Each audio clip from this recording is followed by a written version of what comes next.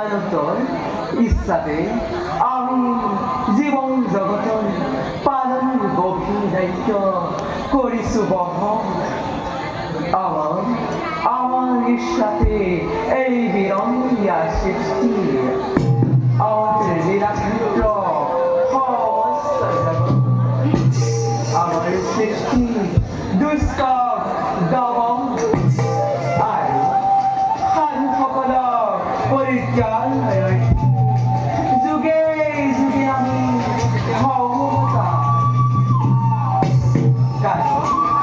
আমি জগতের গরাকী আমি